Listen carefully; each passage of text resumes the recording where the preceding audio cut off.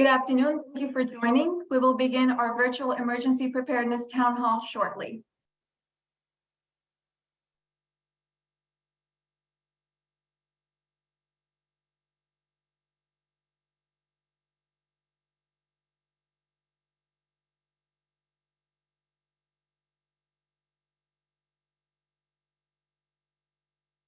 Welcome to the virtual town hall on emergency preparedness, hosted by California Insurance Commissioner Ricardo Lara and State Senator Ben Allen.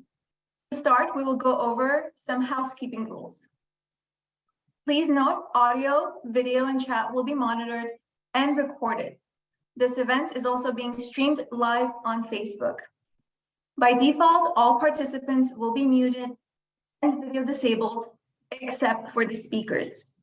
The agenda for today's town hall will include remarks by Commissioner Ricardo Lara, State Senator Ben Allen, and representatives from FEMA, CAL FIRE, and the California Earthquake Authority.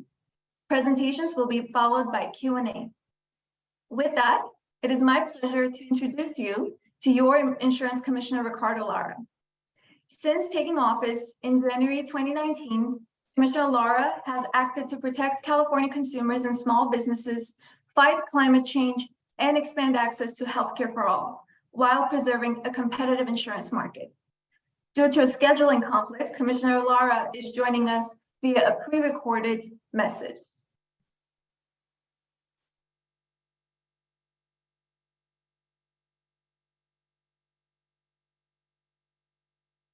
Good afternoon, everyone.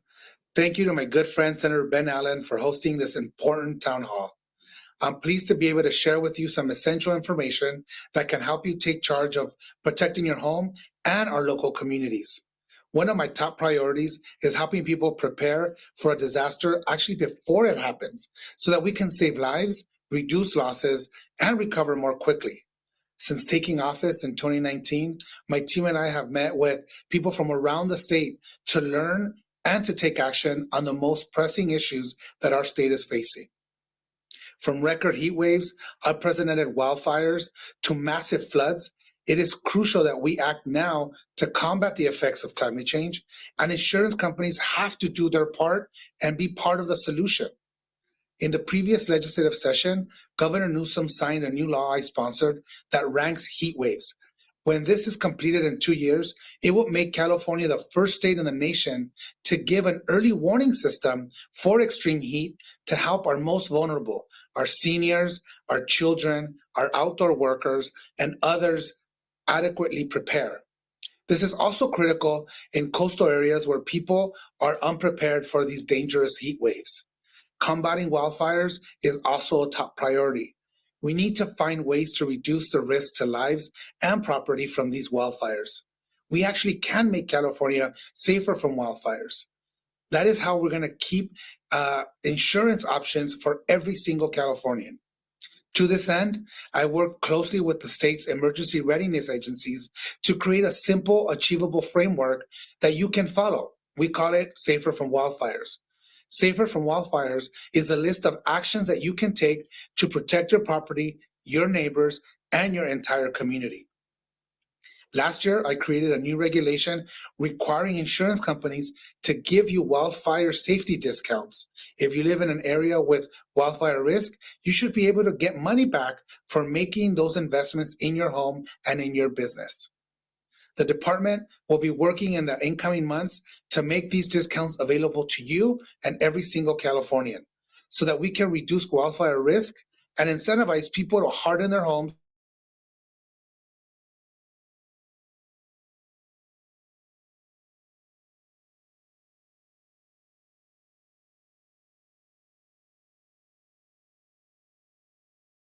have continued to take action to improve the California FAIR Plan, our state's insurance safety net. The FAIR Plan will write you a policy if you have no other option. After taking office in 2019, I ordered the FAIR Plan to increase its residential coverage limits to $3 million, which had not been, by the way, changed in decades.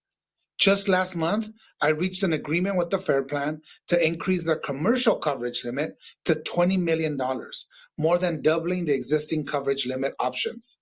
The increase will not only help California businesses, but will also help homeowners associations get more coverage when they might not be able to get it in the admitted market. In California, we not only have wildfires, as we know, to worry about, but we also have earthquakes, floods, and mudslides. Most residential and renters flood insurance is provided through the National Flood Insurance Program, which is administered by FEMA. We will be hearing from FEMA today so you can learn more about earthquake insurance and the National Flood Insurance Program. If you have any questions about what you are covered for, please contact our insurance experts at insurance.ca.gov, or you can give us a call at 1-800-927-4357. One thing I will urge you to do is to prepare for any potential disaster by using your smartphone to perform a home inventory and create a record of your belongings. You can also scan important documents to easily and remotely access them after a disaster, so your phone becomes very critical. My department has a number of resources to help consumers with insurance coverage and claim questions. If you have any questions about your home, your auto, business, or any other insurance products, contact my office again at 1-800-927-4357 or online at insurance.ca.gov. Thank you again, Senator Allen, for hosting this important town hall. I look forward to seeing you soon in person. Thank you again. All right, and now it is my honor to introduce you to your state senator, Ben Allen. As your state senator since 2014, Senator Allen chairs the Senate's Environmental Quality Committee and co-chairs the legislature's Environmental Caucus, is a member of the Legislative Jewish Caucus, chairs the legislature's Joint Committee on the Arts, and the Senate Select Committee on Aerospace and Defense. Senator Allen, the floor is yours. Well, thanks so much, Armin. And I just want to say hi to everyone. Thank you to the commissioner for helping to pull this together. It's so great to be here with all you. We've been so reminded over the past several years, particularly those living in hillside or mountain communities, natural disasters have become a question of not if, but rather when. And we know there's so many challenges associated with protecting our families and our homes. So it's my hope that by the end of today's webinar, we're going to be able to at least get some of the questions about insurance and fire protection answered to better help people prepare to be safe. We know that we've got all sorts of disasters that we're facing with right now. There's historic seismic data telling us that we're overdue for a sizable earthquake on the San Andreas Fault within the next 100 years. And then, of course, as a result of all of the climate change impacts that we're seeing with hotter temperatures and severe droughts, wildfires are now burning larger, more frequently, more intensely than ever before. And so we're seeing, with rising temperatures, you're also seeing an increase in the amount of moisture in our atmosphere. So you have, when the storms do hit our state, we're seeing larger amounts of rain hit us in shorter periods of time, which is what we saw recently with the atmospheric river, which then results in all sorts of floods and mudslides that we just saw over the winter. So we're seeing a lot of this come very close to home. We saw the Woolsey, the Getty, the Palisades fires. We also saw significant property damage because of the winter storms, particularly those of you in Topanga Canyon, all that very well. We, something like twice the average annual rainfall went into Topanga Canyon in the span of just 3 months. So we know these problems aren't going to go away. We know that these problems necessitate our continued attention in the coming years. But before we talk about what things you can do to stay safe in your homes from future disasters, I just want to talk about some of the things that we're working on up here in Sacramento. So most recently, we've passed a couple of new laws to increase the number and types of state grants available to help individual homeowners seismically retrofit their homes, which is something you'll be hearing about a little bit later in today's program. And then thanks to back-to-back years of record-breaking surpluses, we were able to allocate two climate resiliency packages that have allowed us, that's now total something more than $36 billion in the past two budgets to mitigate the impacts of climate disasters like wildfires and droughts and floods. So we're going to have to continue to invest in these efforts for years to come. This is why I've just introduced SB 867, which is a bond measure that, if passed and approved by the voters, will provide ongoing funding for concrete on-the-ground measures that will help reduce the severity, frequency, and impacts of climate disasters, including wildfire, very much at the heart of our work. So, that being said, we know we're here today because no matter how much we invest in prevention and mitigation, natural disasters, both seismic and climate-driven, will continue to threaten our homes.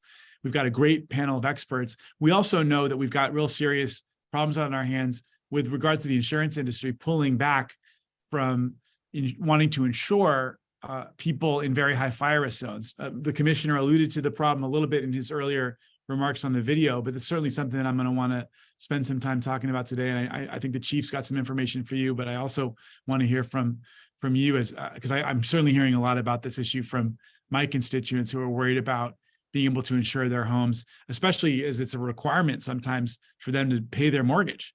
So, it's becoming a real challenge for folks that have, through no fault of their own, are now faced with this.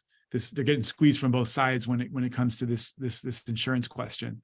So we've got a really good panel of experts with us today to talk about strategies and resources to keep your homes as safe as possible. And the first speaker we're going to hear from is an emergency management specialist in the Preparedness Division of FEMA, the Federal Emergency Management Agency. Please join me in welcoming Christian Erickson. Hi, thank you, Senator. I'll just wait for my thing to come up here and make sure that everyone can hear me okay and see me okay. Okay, great. Thank you. Like the Senator said, my name is Christian Erickson. I am the Community Preparedness Officer here in FEMA Region 9. Just to give a little context of FEMA regions, there are 10 in the country, and Region 9 covers California, Arizona, Nevada, Hawaii, and then all of our Pacific U.S. territories. So while California is just one part of where we work, we certainly have seen a lot this year. I'm presenting on kind of the water part of this insurance discussion. You'll hear later from fire and earth, of course, but it's almost like a band. But we can go to the next slide and we can jump into flood insurance and mudslides. So to start out, I don't think anybody now needs to know that floods are a very common thing and that they can be incredibly devastating. We've had quite the flood season this year, and I just wrote down a few facts about flooding. In the US, over 90% of all disasters involve some sort of flooding, and they are the most expensive and common disasters that we face as Americans. And just 1 inch of water can actually cost up to $25,000 in damage to your home. And if you didn't know already, most insurance policies do not cover flooding. You have to get separate flood insurance, all of which is underwritten in some way by FEMA. And you can go and find more information about flood insurance and at the National Flood Insurance Program, NFIP. If you put that in any Google or search engine, you'll be able to find it. But flood insurance protects your most valuable assets from damage. Very much like they act, and preparing for them is very much actually like preparing for fires, actually. So I can go to the next slide, please. And then, of course, with water, we get other additional disasters that we've seen a lot this winter, such as landslides.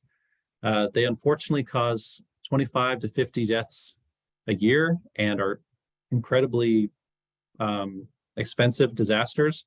If you have any history in going to Big Sur or even parts of the one that are near there, that this is a picture of what can happen to the road. You know, the one is constantly being under construction to try to help with these landslides. And just, I would encourage people, if you are in the hill area or there's a place where landslides are common, I would just look into those and prepare accordingly, because they can strike with little to no warning. and happen very quickly. And they are not covered by flood insurance, so they just need to be given the proper respect that they deserve. Next slide, please. And of course, mudslides are the other thing. They actually are related to wildfires as well. This often happens after fires. There's a common phrase, flood after fire, where a fire will come through, take out all the vegetation on a hillside, and that is keeping that soil in place. And if we get increased rain like we did this winter, that's a perfect storm for mudslides. They develop after heavy rains, and they rapidly accumulate and surge down, and they are actually covered by flood insurance. So it's a better thing to think about when you're thinking about flood insurance. Additionally, I should just mention that we are expecting floods coming up in the near future, springs and early summer, due to the high amounts of meltwater will be coming down from the snowpack in the Sierras. So if you live anywhere in those areas, even the low lying areas in the valleys, such as the new lake that just popped up, you can read about that online. I would highly recommend just looking into flood insurance if you don't already have it, especially in the short term. You can apply for a 30 to 60 day coverage, but we encourage people to always have that flood insurance because as we learned this winter, I keep saying it can happen to anybody, and it's happened to pretty much everybody to some extent here in California. So you can go to the next slide, please. I just want to hit a little bit about what directly I do. The insurance is very much on the mitigation part of FEMA. I am all about preparedness. I just want to cover some things that are easy to think about when you're preparing for disasters. And the first one is emergency alerts. Staying informed is always the first thing that we bring up when we are talking to the people we serve, trying to get them ready for emergencies. You can tune into a local radio station. I actually put one down here. The National Weather Service has a great station listening listing there. That's a hard phrase to say. You can actually go and see what part of the state you live in. It'll tell you the AM frequency that the National Weather Service is using to relay their alerts. Contact a local CERT team. If you haven't heard of CERT, it's a great program where local people are concerned about emergency, get together and kind of create a pseudo first responders, because oftentimes the person that will be helping in the short term in a disaster will be your neighbors or yourself. If they're big enough, if something big enough happens, the disaster services will be completely overwhelmed, and CERT teams will likely be the first people on the ground if there is one in your area. I have to plug the FEMA app, and as well as our NOAA app. Those have great apps that allow you to sign up for alerts, not only for yourself, but if you have family in other parts of the country, you can put in their address or information. You can get alerts about them and what's happening in their neck of the woods. And it also goes through all the preparedness actions that you would need for specific disasters. So if you have a Android or iOS, that they're both on there, and it's actually just recently been updated. So I think FEMA app is a great one-stop shop for all things preparedness. But after talking about alerts, I just want to make the caveat that alerts are a good first step, but they are no substitution, for actually taking steps to prepare for a disaster. You can be informed, but not be ready. So having a kit, making sure you have a plan to get out of your place or shelter in place is important. And I always say that if you're not writing down your plan, it's not really a plan. You want to have that plan agreed upon by everybody in the household, where it lives in a certain place in your house where everybody knows where it is, and practice it, because you don't want the first time you're enacting your plan to be when the fire or the flood is right on around the corner there. So if you could go to the next slide, I'll just talk about some financial preparedness and then wrap up here. I also wanted to just talk about this great document that FEMA puts out. It's called the Emergency Financial First Aid Kit. This is all about preparing your financial life for a disaster. You can find this on ready.gov in our documents page. You can download it and fill it out, because what it does is it goes through some of the things you should be thinking about when you're taking all of your information and putting it together. And then it is actually a workbook that you can fill out to have those important documents, like bank account numbers, or even emergency contact numbers or doctor's numbers. Anything you can really think of, you can put in this document to have all in one spot. So, and then you can put it in your in your Go Kit, and you have everything you need to rebuild your life if you need to eventually after a disaster. And the great thing about this also is, if you do have to apply to FEMA, we always want to talk to you before disaster. We hope you never have to speak to us after a disaster when your home has been damaged. But if you do, this document has pretty much everything you need to apply for that aid. So I think that's it. You can go to the next slide. I can take questions, or I think we might be taking questions at the end, but you can also go to the next slide, and I have my contact information there. Would be happy to engage with anyone about community preparedness, do events. That's what we're here for. So thank you, and I'll pass it back to the senator. Appreciate it. Yeah, thanks, Christian. I think we will we'll send some questions your way shortly. But I do want to just, so you've given us a great foundation of some general emergency preparedness strategies and the role that FEMA plays. But I want to take a moment to focus on what's perhaps the most pervasive, well, it is the most pervasive natural threat to so many of the folks in my district, wildfires.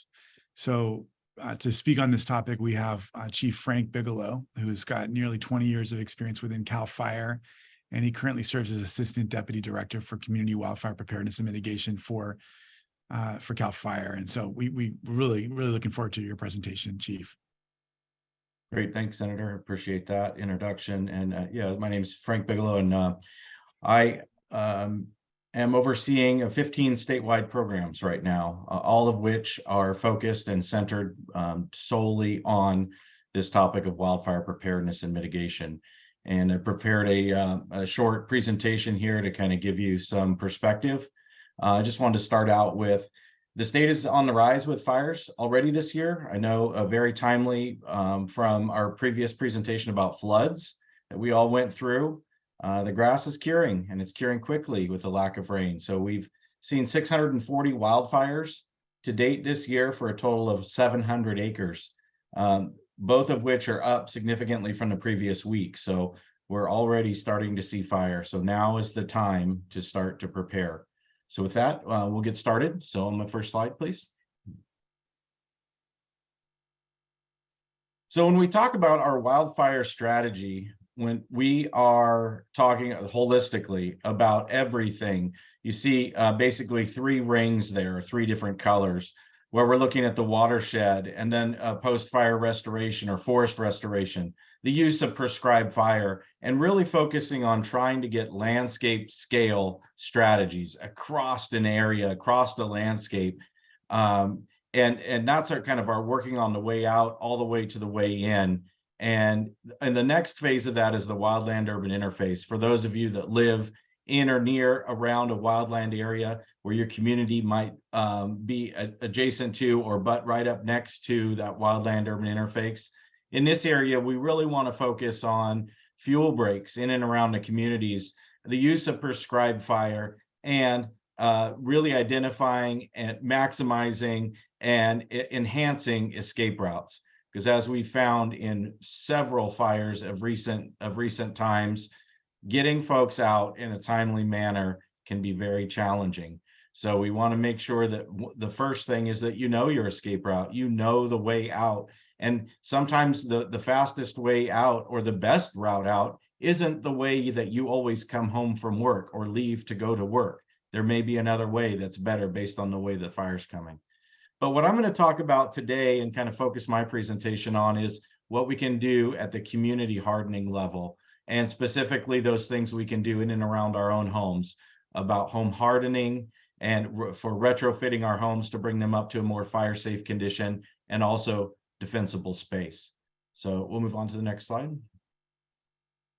Just to give you kind of a scale of the state, and the state as a whole contains about 101 million acres, of which the federal government has direct protection for, and that's 48% of the state. I know the colors are kind of hard to see on the screen, but the federal responsibility area is that light green.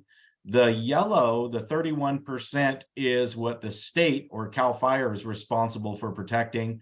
And then the LRA, or the local responsibility area, is the remaining 21% in the gray area. And that's where you really find your county governments, your incorporated cities that have direct protection over those specific areas. Next slide. So there are really three ways that a home typically gets destroyed by wildfire. And the first being direct flame contact. And that's when the fire comes up, as you can see on the bottom left image, where the foam that comes from the wildland area approaches directly to your home. And because your home has combustible material around the perimeter of it, as you see on that screen, that material then ignites and then catches the home on fire.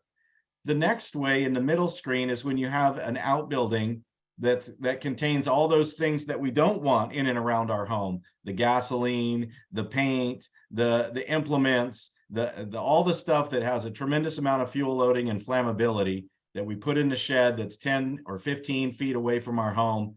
That building, because it typically they're 120 square feet or less and don't have to conform to Chapter 7A of the building code for wildfire resilience, are very susceptible to wildfire.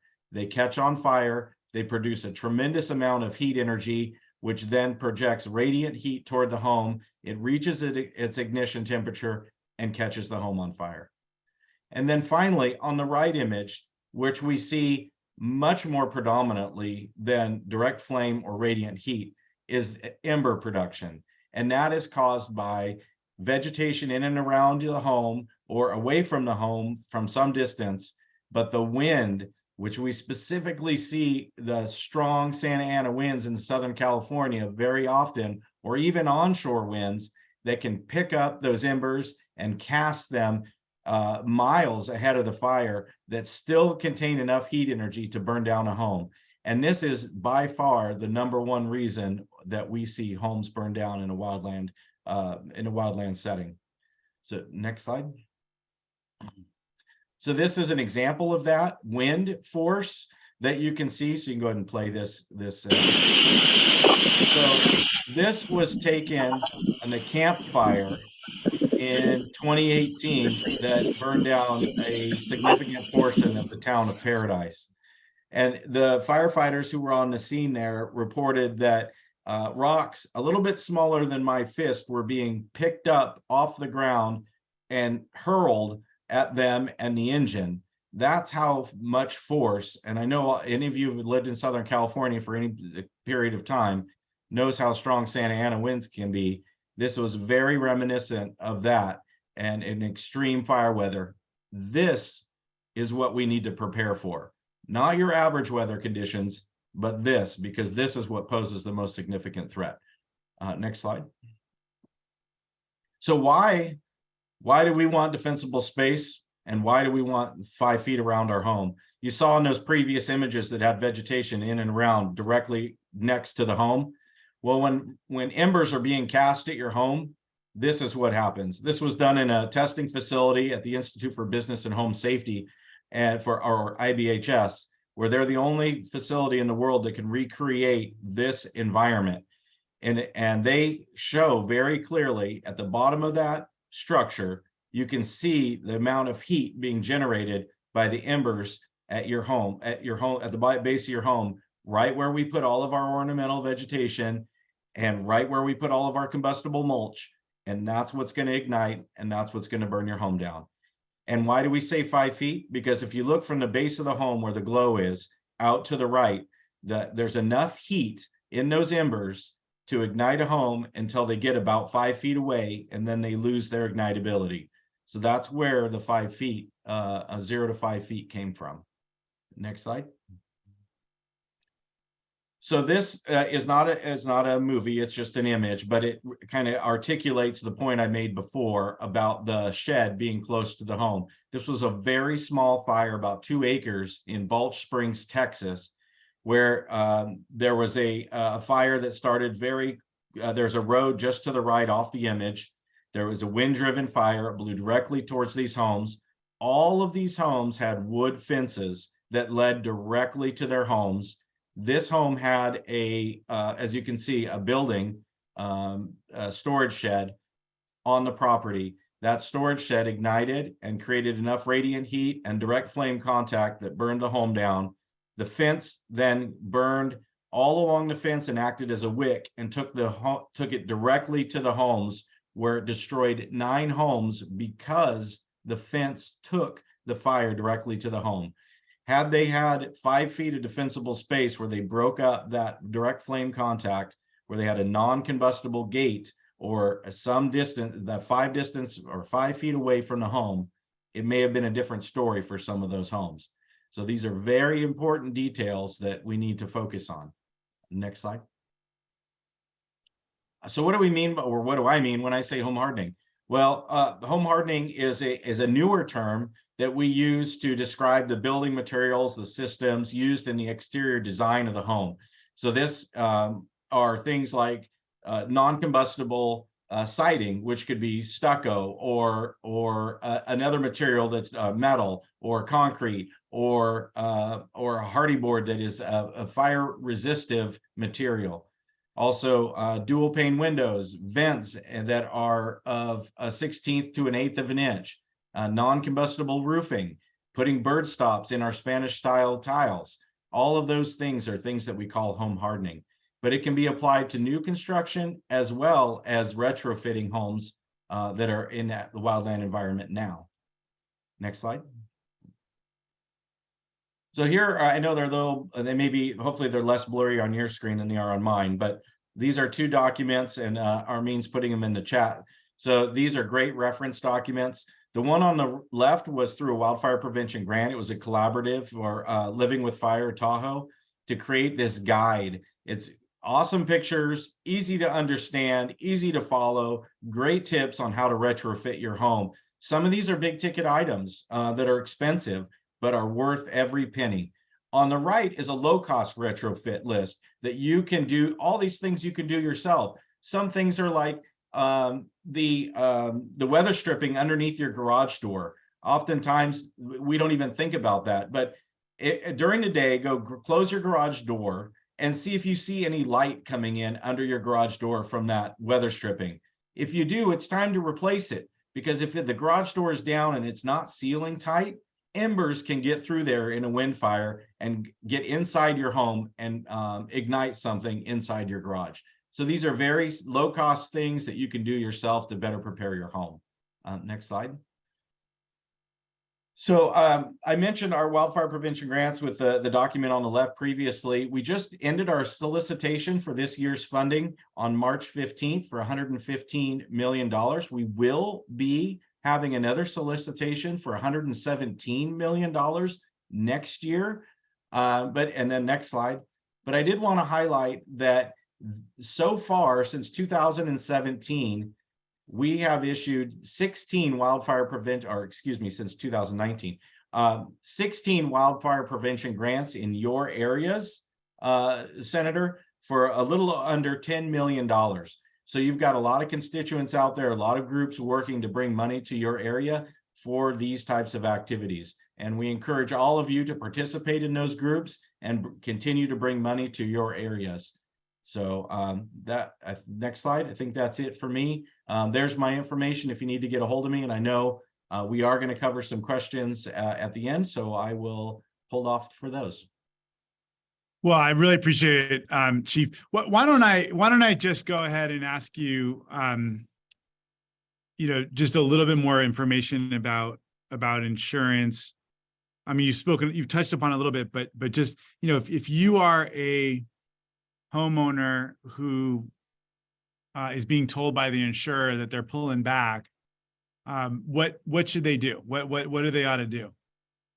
Well, great question. So we get this question all the time too, because we're going through a process right now of remapping what are called the fire hazard severity zones, and people are being put in potentially in a different zone, whether that's in a moderate, high, or very high. And oftentimes people attribute to their being dropped from insurance to now being in a different fire hazard severity zone. And that just isn't the case. The Commissioner Lara, and I'm going to be speaking on his behalf just because we've spoke several times on this same topic and kind of reiterating some of the things I've heard him say. The fire hazard severity zones, when being taken into account by the catastrophe modelers who do the modeling for the insurance companies, it's a very small component of how they model their risk. The insurance companies oftentimes paint a large brush across the landscape when they're looking for insurability. They're for-profit companies. They have to base their investment on the risk that they're seeing. What our maps show is the hazard, a hazard over time, like things that don't change, weather, topography, fire history, those things that don't routinely change over a long period of time. What the insurance companies are looking at are risk, those acute things that do change over time. So things that like defensible space or the home hardening that people can do. So what the commissioner has done is said that now homeowners must be given their score, their risk score from the insurance companies. And the insurance companies must also take into account the mitigations that the individual property owner has done. So all that time and effort that you've spent doing your defensible space and hardening your home, creating those retrofits that you've done around your home must be taken into account. And you can actually get money back from the insurance commission or from going on their website. They set up a fund that will actually be able to provide money back to people. They also, and you heard of the commissioner, he gave his 1-800 number, and I think Armin put it in the chat, the phone number to call in the event that you do get dropped and you've done all those mitigations. There's a way to dispute that now. And their insurance company, the insurance commissioner, wants to hear from you if those things happen, because they don't want people to be dropped after they've taken all that time and effort to do the right thing. Yeah. Armin, would you mind just telling us a little bit more about the Safer from Wildfires framework that was referred to earlier? Because this could provide some tools for folks. I think we need to do more, but I'd love to hear a little bit more about it. Absolutely, Senator. Thank you so much for that question. And thank you, Chief Bigelow, for going over the Safer from Wildfires briefly. Essentially, as the Chief mentioned, as Commissioner Lara mentioned, the Safer from Wildfires framework that was introduced last year gives consumer actionable steps on what they can do to harden their homes, their surroundings, and then their communities. And in response, as of October of last year, the department's regulations are now in effect. Essentially, if you're a homeowner who has done the work to harden your home, insurance companies will be mandated to take that into account. They give your property a wildfire risk score. And so soon you should be able to see that wildfire risk score, what went into it, why your property is rated at that. And essentially, if you don't agree with your wildfire risk score, you will be able to appeal that score and in effect be given discounts for your homeowner's policy. A lot of this is still in flux. So unfortunately, we don't really have concrete steps on how homeowners will start receiving those discounts, when, but just know that in the coming weeks, you should start seeing something from your insurance companies. And again, if you have questions, concerns, you want the Department of Insurance to address your individual insurance related concerns, that number is on the chat. It is our hotline, answered Monday through Friday, 8 a.m. to 5 p.m. by insurance experts, and it is 1-800-927-4357. Okay. All right. All right. We're going to want to circle back, but I know just how pressing this particular question was for so many of my constituents. So I wanted to make sure we got some answers up front.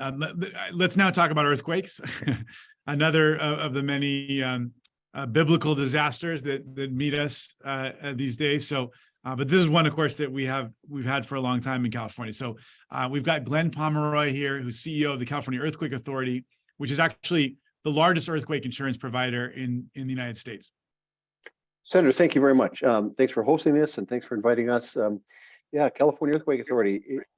Here in California, the state is home to 2/3 of the nation's earthquake risk. So it is important that Californians have access to earthquake insurance if they want to buy it. In fact, there's some similarities to the fire issues that were being discussed previously, and some differences. In California, a homeowner has to be offered an earthquake insurance policy when they're sold the standard homeowner's policy. Have to be offered it. No one has to buy it, but everybody has to be offered it. And if the consumer wants to buy it, the company that's offering it to them must provide it. That's been the law since way back in the 1980s. Now, there was a Northridge earthquake, as you know, in 1994, and devastating losses. After that, insurance companies said, wait a minute, we don't want to have to offer earthquake insurance anymore. Similar to what some are saying now in the fire regions. But the legislature said, no, but you have this mandate. So what companies did then was they quit writing homeowners insurance altogether. And that was a crisis. And so that led to the creation of this thing called the California Earthquake Authority. Think of it as a not-for-profit earthquake insurance company formed by the state of California, not a state agency. We're not in the state budget. We receive no state tax dollars, but it's a not-for-profit company formed by the state so that people have access to earthquake insurance if they want to buy it. Now over 1 million policyholders, publicly managed by public officials, but privately financed from our policyholders, and importantly, not for profit. We don't make a buck from selling a policy. We're in this to try to provide coverage for homeowners. And we have $19 billion in claims paying capacity if that massive earthquake were to happen. We also do some mitigation programming. The earthquake brace and bolt program you see there. Talk about that more in a second. So that's an overview briefly of the California Earthquake Authority. Now we'll talk a little bit more about the insurance side, and then we'll talk about mitigation as well. So if you go to the next slide, please. The way we're structured is our policies are sold through the companies who joined us. So when I said that the companies have to offer it and many didn't want to anymore, well, the legislative solution was to form this thing called the Earthquake Authority. Then companies could join. They had to pay a lot of money to join. Close to $1 billion in total came in when this thing was formed. But once a member of the CEA, these companies could continue to be in the in the homeowners business, State Farm, Allstate, Farmers, still sell homeowners insurance, and they satisfy the mandate that they offer earthquake insurance by offering a CEA policy. So they sell our policies, we bear the risk, and that's how it works. The one thing about the CEA is we don't say no to anybody. If someone is insured with one of these companies, they have paid to be a member of the CEA. Anybody who has their homeowners policy through one of these companies has guaranteed access to a CEA policy if they want to buy it. Doesn't matter if their home straddles the San Andreas Fault. If they want to buy an earthquake insurance policy, they'll get it as long as they're insured through one of these companies on the homeowners business. So next slide, it asked a lot, well, how much does earthquake insurance cost? And unfortunately, even for a not-for-profit enterprise it's here to just make coverage available, it's not cheap because the nature of the risk is so enormous. And we must, by law, collect enough in premiums so that we can honor the promise that we make. If a big event happens, we can actually pay claims. The real answer to how much does an earthquake insurance policy cost, the best answer for that is to go to our website, because it will just depend on where that house is situated and how large the home it is and some other factors, which I'll describe here. So go to earthquakeauthority.com. You'll click on a little button that says "Get me an estimate," and you get to this page and you say, "I want to buy a homeowner's policy." So you'll click on that homeowner's button. Next slide, please. I'll just walk you through the calculator quickly. Sorry, this is what the website looks like, and then you get to that homeowners page, and then the next slide, please. Need a little bit of information. Who's your insurance company? Got to make sure it's one of ours. We need your address because where the home is located will determine how much your policy costs, because it's related to the risk, and that's all about location, the proximity to the fault. So give us a little bit of information, and you go to the next slide. Then we need the details of your home. When was it built? Older homes are more vulnerable. What's the insured value of how much does your homeowner policy insure your home for? Because that's what we'll insure it for as well. Is it 1 story or 2 and some other factors?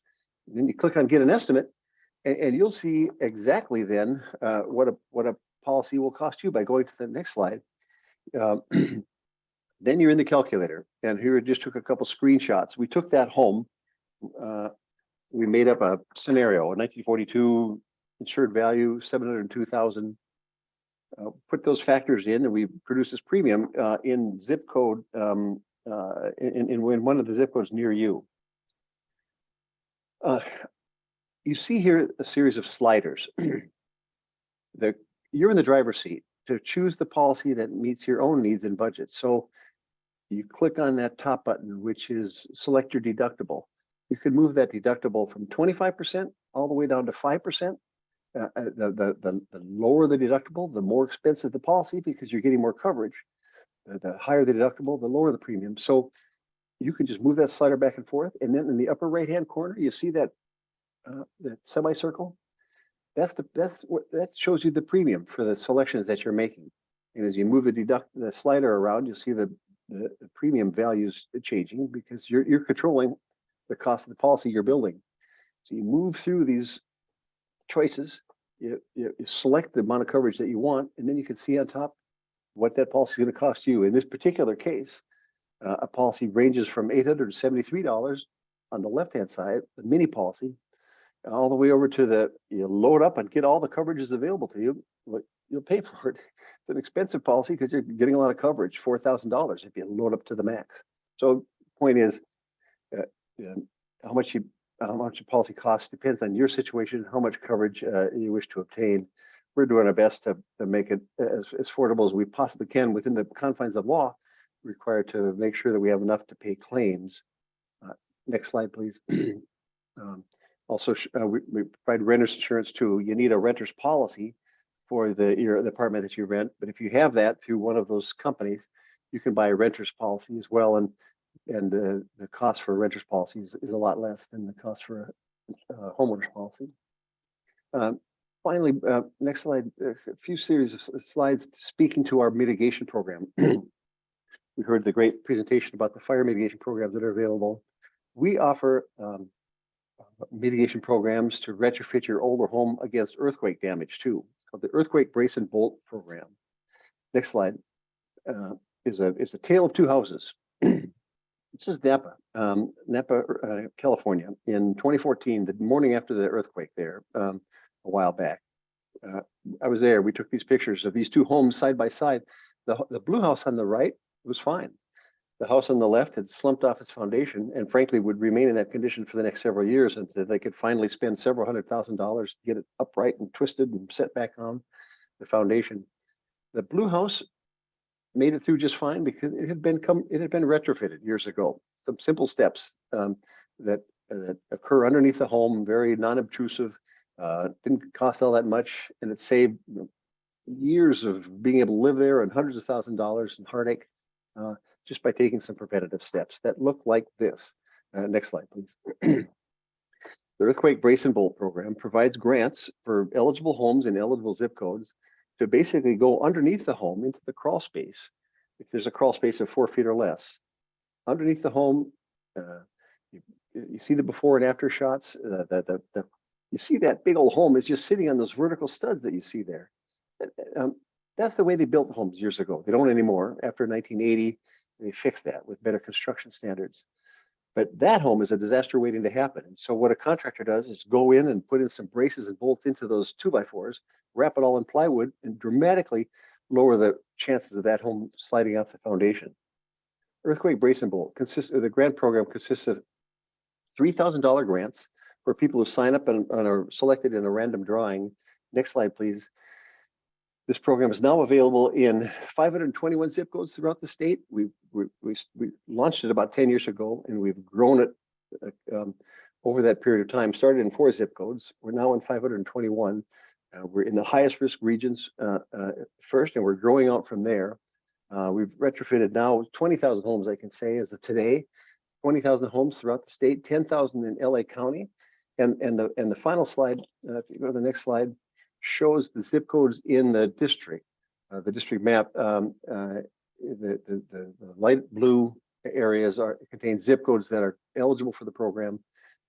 People in those areas have registered for a grant, and close to 19,000 have been selected for this next round that we're doing, funded in part through FEMA. Thank you, FEMA, very much, and administered through Cal OES. Now retrofitting thousands of more homes. And when we complete that batch, we'll look for more funding, and we'll do another registration to try to expand the reach of the earthquake brace and bolt program. But I would say this in closing: even if someone does not have a grant, if they're not eligible, if they haven't applied, there's no more funding at the moment that's available. It still makes sense if you live in a home built prior to 1980, especially before 1940, around World War II time. It likely built on those vertical studs, and it's going to be a problem when the ground shifts. It doesn't cost that much, $3,000 to $4,000. Get a contractor to go in there, or maybe you can even do it yourself if you're more talented than I am. And it doesn't take very long, a couple of days. You don't have to move out. They're not remodeling your kitchen. They're in and out quick, and they're underneath the home. But you then have the peace of mind that that home is going to ride the earthquake out without major damage, and you're going to make your family safer in the process. So older homes really ought to get retrofitted, whether through a grant or not. And we're doing all we can to bring as many grants to as many people as possible, just as fast as possible. And we'll keep doing it because we live in earthquake country, and it could happen again today. So, Senator, thank you. That's yeah, thanks so much, Glenn. I appreciate it. Well, let me start. Let me ask you a question that we got from someone. If you're a renter, so all these tips are great for homeowners, but if you're a renter, what can you say to them? I mean, are landlords required to retrofit apartment buildings? How do we know how do you know if your building's properly reinforced from a major earthquake? What advice do you have for renters? great question, Senator. Yeah, because in the Northridge earthquake, a lot of people seriously injured, or even there were fatalities in an apartment complex that collapsed on itself. Right. So the city of LA years ago passed an ordinance that requires apartment buildings that are of a certain kind of construction called soft story. And think of an apartment building where you've got parking garages underneath where people live. That they've taken out hard walls and put in parking garages, and that reduces the strength of the structure itself. It's called a soft story construction. So the ordinance in LA City requires owners of soft story apartment buildings to become retrofitted. And I'm not entirely clear of the status in terms of what the compliance rate has been or how far along people are complying with that. But I know LA City's taken the lead in terms of mandating that the most vulnerable apartment buildings, if that's living space over a garage, take steps to get retrofitted. If someone lives in an apartment that's not like that, but they're wondering if it's been retrofitted, really they need to check with the owner of the building, and they need to indicate what the age of the building is and whether it's been retrofitted or not. If someone rents a single family home, they just rent a house, they should check too to see if it's an older home, to see if that's been retrofitted. There's a website, strengthenyourhouse.com, that people can go to for single family homes, whether they own or rent. Strengthenyourhouse.com, and there's all sorts of pictures and depictions of what a retrofit should look like if it's been properly retrofitted. People can check that out, or they can get a contractor over to take a look. Okay. Thank you. That's very, very, very helpful. I can only imagine how frustrating it must be for some folks if they don't feel as though they have access to this basic information, and they're not the owner. All right, let me ask the chief. Tell me, can you give us a little bit more information about what options exist in terms of folks wanting home inspectors that might come out to the house to inspect and make recommendations for fire hardening? Yeah, so in your district, Senator, CAL FIRE is not the primary fire protection agency. So I would encourage each of the people on the line who want to get more information specifically around their homes to contact their local fire department, whomever that is, whether it's the city of Beverly Hills or Calabasas, El Segundo, any of those that have their own fire department. And I'm sure any of them would be glad to come out and provide an assessment around the home and give them that information that they need. Okay, but that's typically something that a fire department will provide? Yes. Fantastic. Okay. Christian, I saw you pop up for a second before you went away. So I want to just follow up a little bit. Maybe the chief can comment on some of this too. You gave some helpful tips about having a go bag, and obviously we need to be thinking about evacuation routes.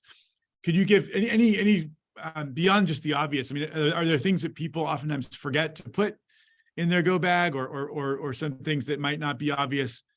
And then also, how do you help people think about the amount of emergency water and food to store? Yeah, well, I'll kind of start from that last thing you said about the amount of things. I often recommend people have at least 3 days, but really the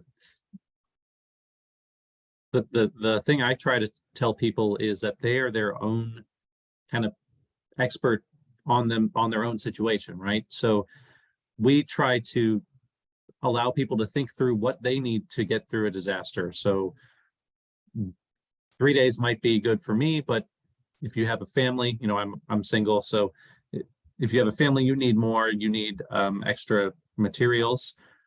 As for things that people often forget, things that you need to get through. My girlfriend wears glasses, and if she didn't have glasses during a disaster, she'd be in a big trouble. So it's things that are specific to people, right? So if you're taking medication, say you have asthma or your kids have asthma, you have to think about having enough medicine in the case of a disaster and projecting what you need to live through that. And I'll just say, if people go to ready.gov, that's ready.gov, there is a plethora of information on preparedness for all different types of people, senior citizens, people who don't speak English as a first language, as well as people with disabilities. And it goes through every single disaster we have here in California and gives you specific ideas of how to prepare for those things. Yep. So, well, thanks. Someone who wears glasses myself. I mean, in fact, Lucy Jones once, we were on a webinar not dissimilar, and she talked about glasses, and she keeps a spare pair of, but a low cost, pair of glasses, and just put it in her go bag. And of course, she always knows it's there. If she happens to lose her main pair of glasses, it's in the go bag. But one thing people don't talk about, the chaos of running out. Sometimes she was in a situation where I think she stepped on her glasses, and so because there's an earthquake and it maybe falls on the ground, and you're not aware that it's there, and next thing you know, you really rely on them. So let me ask you, landlines, I mean, do they ultimately have a better chance of working in a major emergency than a cell phone? How do power outages affect connectivity? Maybe so traditionally the answer is yes, landlines will work better than cell phones if there is a big disaster. I know I don't have a landline, and many people just, it's become part of things that people don't really use that much anymore. And so often I talk about text messaging actually being some of the best way to contact in a disaster. Your cell phone lines might be down or clogged. That's often possible for a local area to be clogged, the cell phone communication, because you have everybody calling all at once, as well as all the response people calling. But text message is a completely separate system, and sending a text message or even calling outside of the area to a, out of state contact that can help you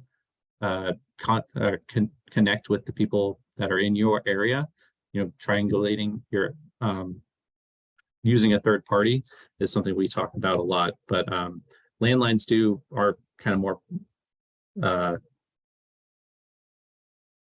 what's the word? Yeah, they work a lot more reliably than cell phones in case of disaster. So yeah, okay. Do you have thoughts on that, Chief, or on the previous question? Yeah, there's so many things. It's hard to think about all of them, but on our readyforwildfire.org page, there's our Ready, Set, Go campaign, and there's all of those items that you don't typically think about, like the prescription drugs, change of clothing, because you don't know what you're coming back to, and not having any extra clothes makes it very difficult. An extra set of car keys, copies of your important documents. The commissioner mentioned taking pictures. I highly encourage that in this digital age, is to have digital copies of all of your important documents to make sure that you have those. If you have pets, don't forget pet food. The stores might not be open because the power's out and you might not have access to it. So don't forget pet food. If you have time, family photos, your computer, cell phone, extra charger for your phone, excuse me, any of your valuables that you might not come home to, those irreplaceable heirlooms that you can grab if time allows. Yes, so there's lots of stuff, a lot of information on readyforwildfire.org. I encourage you all to go take a look at that, because the time is to prepare is right now. And it's not, the time to prepare isn't when there's smoke in the air. Right, exactly. Yeah. All right.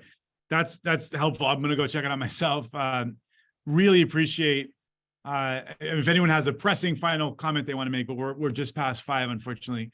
But this is super helpful, and I hope folks get the opportunity to follow up, or if you're having trouble tracking down any additional information.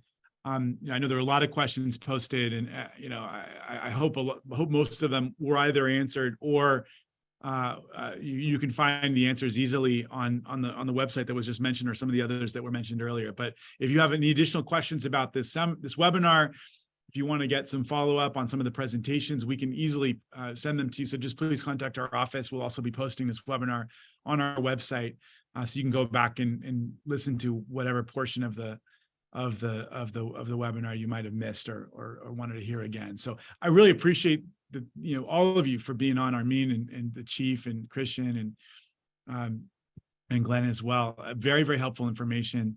And thank you to all of our constituents who jumped on this. And we know how scary this is and pressing this is. There's a lot of really tough issues that we're also having to grapple with.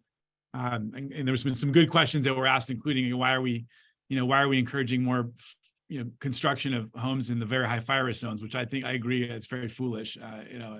We have a housing problem. We ought to put we ought to put housing in places where we're not going to be worried about them burning the second they're built. So anyway, with that, I want to call this webinar to a close. But again, thank you to our expert panelists for your really thoughtful participation. Thank you. Thank you, Senator, and thanks everyone.